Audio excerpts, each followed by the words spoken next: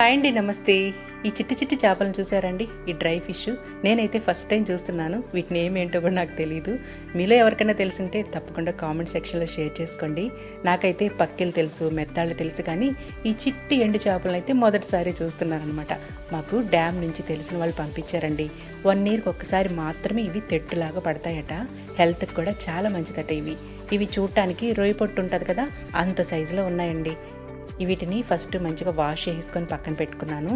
Oil వేసేసి ఆవాలు మెంతులు వేసి అవి చిటపట్లాడాక ఎర్రగడ్డ ముక్కలు టమాటో ముక్కలు వేసి అవి వేగాక ఈ చిట్టి చేపలను కూడా వేసి మంచిగా వేపేసుకొని ఉప్పు కారం పసుపు వేసాను. తర్వాత వంకాయ దబ్బలు పచ్చి మామిడికాయ దబ్బలు కూడా వేసేసి ఇంకా ఉప్పు కారానికి తగినట్లుగా చింతపండు పులుసు పోసేసుకొని ఇంకా మీడియం ఫ్లేమ్లో ఈ మట్టి పాత్రలో వండానండి. కూర అయితే ఎమ్మిగా వచ్చిందండి. ఈ మట్టి పాత్రలు ఏ సమయంలో కొన్నానో కానీ నాన్ వెజ్ కర్రీస్ అన్నీ వీటిల్లోనే చేసేస్తూ ఉన్నాను. కూరలు కూడా భలే టేస్టీగా వస్తున్నాయండి ఇందులో చేస్తే. ఇక ఆ రోజైతే వేడి వేడి అన్నంలో ఈ కర్రీ వేసేసుకొని తిన్నాను. చాలా టేస్టీగా ఉండిందండి.